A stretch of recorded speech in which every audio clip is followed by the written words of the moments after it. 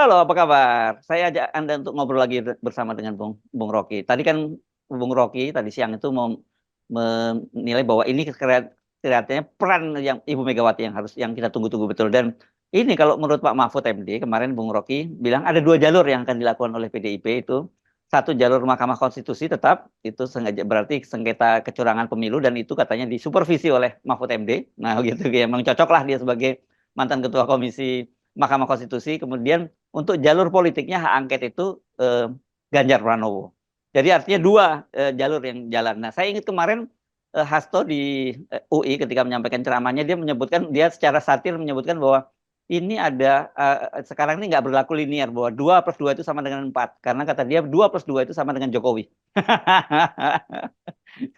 Kita boleh bayangkan misalnya Hasto nguping dari mimpi siapa itu Iya, dua iya. tambah dua sama dengan Jokowi. Tentu dari mimpi real yang udah diucapkan oleh Jokowi. Kita mesti juga begituan. Iya, iya, Kan iya. ini yang jadi semacam ledek-ledekan. Jangan 2+2 dong, 2+2 tambah 2 tambah 2 6 kalau Hmm. bisa tuh. Jadi Hmm. kira-kira permainan-permainan simbol semacam ini menunjukkan bahwa PDIP tetap ada di dalam wilayah yang belum pasti itu. Hmm. Walaupun sinyal-sinyal dari beberapa petinggi partai, tetapi yang paling paling masuk akal kalau sinyal itu datang dari Ibu Mega itu baru masuk Hmm. akal.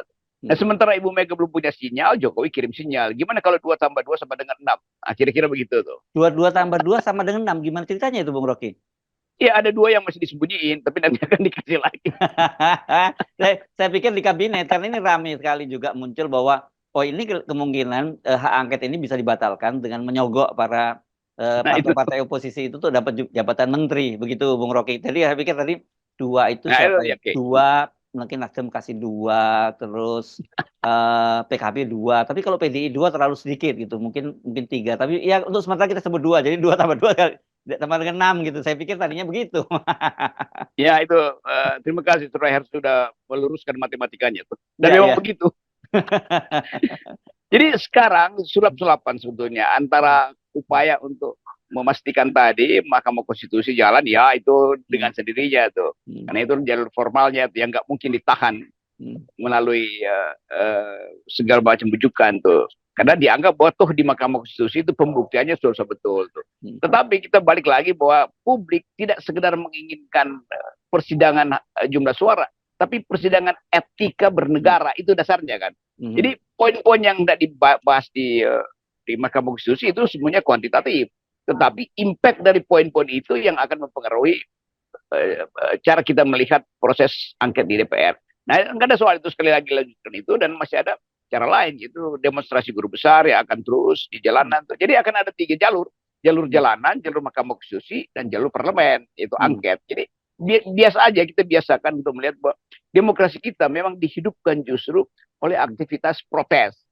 Kenapa? Karena politik itu kan mesti ada semacam pembersihan darah tuh. Nah, ini Hmm. sebetulnya cara untuk melihat peluang reformasi jilid 2 itu dilangsungkan. Nah, itu bukan tidak mungkin terjadi itu. Nah, fasilitas ini yang kita mau bayangkan sejak sekarang, pertemuan-pertemuan di antara elit itu justru untuk mempercepat reformasi jilid 2, harusnya begitu.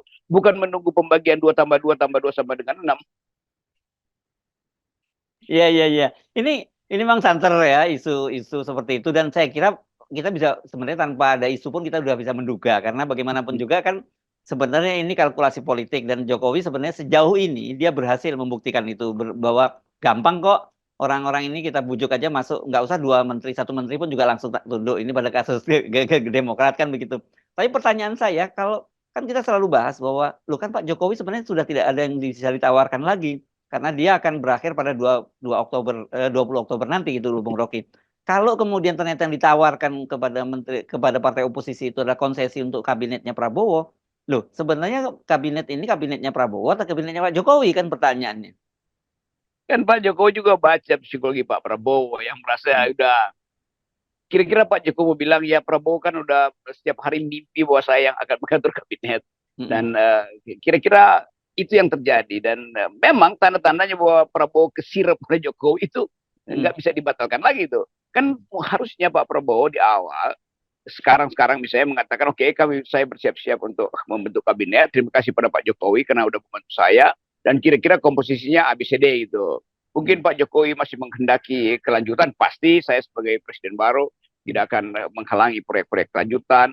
Tetapi kalau itu urusan dengan nego dengan oligarki yang pasti minta jatah, yang mungkin akan saya kurangi, kira-kira begitu kan. Kan mestinya di pers muncul soal itu. Tapi sementara ini Pak Prabowo nggak mengucapkan apa-apa. Pak Prabowo tetap merasa bahwa Jokowi masih diperlukan sampai Oktober itu. Artinya Prabowo masih menginginkan tangan Jokowi itu bermain dalam penyusunan kabinet. Kan itu dasarnya begitu aja sebenarnya cara lihatnya, mudah aja. Jadi ini soal psikologi Pak Prabowo yang mengalami semacam Stockholm Syndrome itu. Ya. Apa Sandra yang jatuh cinta dengan penyandranya ya gitu ya. Ya. Oke. Tapi begini Bung Rocky, katakanlah ini ya Pak Prabowo oke, kesirap sama Pak Jokowi dan ikut aja oke, setuju deh semua dimasukin dalam kabinet dan karena itu sebenarnya sejalan dengan idenya Pak Prabowo untuk menjadikan apa kabinet ini sebagai kabinet bersama lah begitu ya, merangkul semua kekuatan itu bahasanya Pak Prabowo kan. Tapi pertanyaan saya, apakah kemudian partai-partai politik yang di koalisi 02 yang lebih awal mendukung Prabowo itu Gibran itu bisa dengan legowo gitu. Kalau mereka bilang, loh kalau yang oposisi dapat 2, ya kita mesti enggaknya 2/2 dan sama dengan 6 gitu. termasuk Demokrat dan akhirnya nantinya yang terjadi bahwa kabinet ini isinya itu semua politisi, tidak ada profesionalnya gitu. Saya kira Demokrat akan kasih semacam nota keberatan pertama karena bagaimanapun Demokrat itu menelan kepahitan besar itu untuk bergabung dengan Prabowo itu. Tetapi saya kira Pak SBY punya kalkulasi yang lebih strategis dengan Pak Prabowo sebagai sesama alumnus Tidar itu tentu paham tentang apa yang disebut taktik harusnya disembunyikan, strategi boleh diperlihatkan. Kira-kira itu tuh. Nah dalam keadaan itu Pak Jokowi membaca jangan sampai SBY dan Prabowo itu diam-diam udah punya kerangka untuk menghalangi Jokowi. Kan kita mesti baca begitu kan. Kita baca itu bukan untuk menghalangi sopan santun politik. Tetapi bagaimanapun Pak Prabowo itu udah merasa jadi presiden. Maka dia mungkin akan tersinggung walaupun tidak diucapkan kalau Jokowi masih berupaya untuk menjalankan politik dia seolah-olah dia masih presiden in action itu. Demikian juga Pak SBY. Tentunya SBY Demokrat ini tidak mungkin mengiyakan seluruh keinginan Jokowi itu.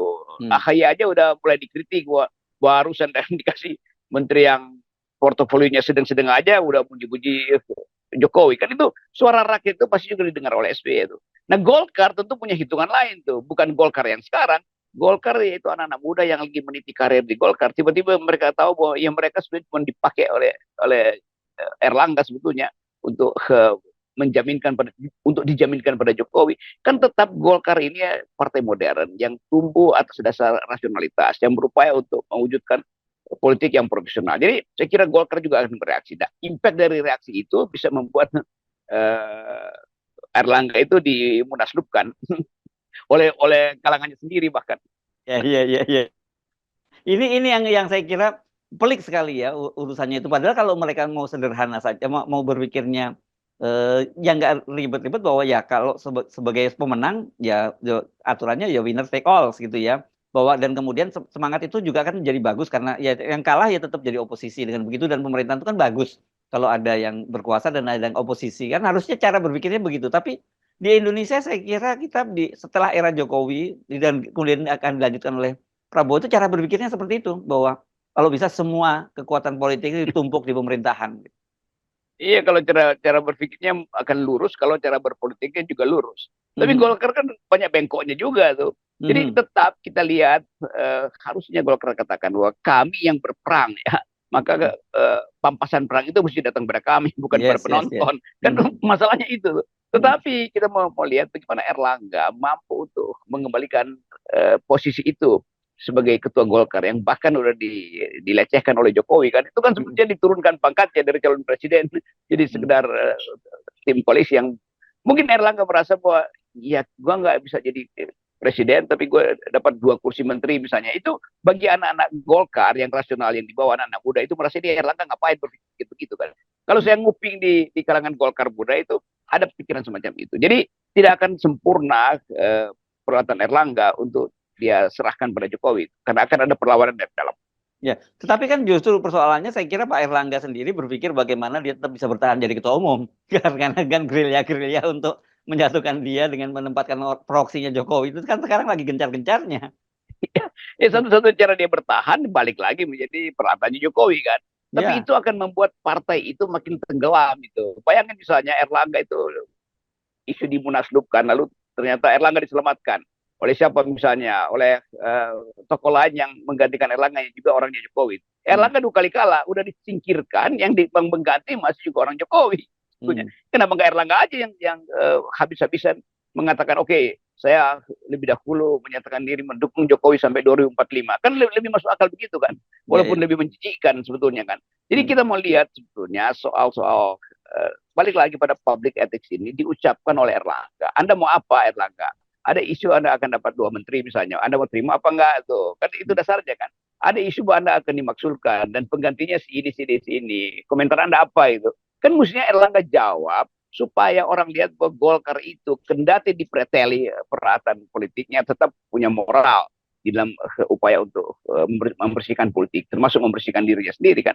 Jadi ya. jangan sampai catatan buku yang akan dikeluarkan oleh Erlangga sebagai ya semacam autobiografi politiknya itu penuh dengan lembaran yang di blackout. Ya, saya kira ini waktunya kembali Ibu Megawati untuk mengambil inisiatif ya, seperti halnya juga hak angket sebagai inisiator begitu, untuk menjadi inisiator untuk menolak 2 kursi yang 2 tambah 2 sama dengan 6 tadi itu ya, dan dengan begitu nanti bisa diikuti oleh Nasdem, oleh PKB gitu. Ya mestinya Hasto itu datang ke pers. Oh kita udah bicara dengan Ibu Hmm. Mega, dan Ibu Mega bilang iya saya juga mendengar isu Hmm. bahwa saya akan ditukar tambah dengan dua Dua dua kursi kursi. menteri. Lalu Ibu Mega bilang apa? Wartawan tanya pada Hasto. Lalu Hasto bilang kata Ibu Mega, pret. Kan bisa kita bayangkan Ya, narasi itu kan. ya. Sehingga orang lain, oh kalau begitu serius Megawati akan Hmm. lakukan tindakan konstitusional melalui pemeriksaan Jokowi di forum angket nanti. Ya. Nah, sejauh ini kita hanya mendengar itu bukan langsung dari Ibu Megawati ya, selalu dari orang lain. Masih kalau Ya, sebelumnya Pak Ganjar, sekarang dari Pak Mahfud dan juga dari politisi PDIP. Saya kira kita tunggu untuk Ibu Mega untuk bicara sekarang ya, langsung kita ingin dengar. ya itu akhirnya begitu. Politik itu nggak boleh diasuransikan pada orang lain. Karena ini Hmm. menyangkut sesuatu yang sifatnya absolut, yaitu Yes. Jokowi bersalah apa tidak bersalah. Di depan Megawati mesti diterangkan, bagi Hmm. Megawati Jokowi melanggar konstitusi apa tidak. Kan itu pertanyaan kuncinya di situ tuh. Ya, Bagi Megawati Jokowi melanggar moral etik apa tidak. Kan mestinya Megawati yang ucapkan angka itu atau hukuman itu. ya. Oke, baik. Terima kasih, Ya, Bung Rocky. Yes. Kita sekali lagi selamat. ini provokasi untuk kesehatan demokrasi. Baik, kalau gitu Partai Demokrasi Akal Sehat ya kita bikin Ya, namanya. itu akan dideklarasikan sebentar lagi. Oke, baik. Terima kasih. Sip.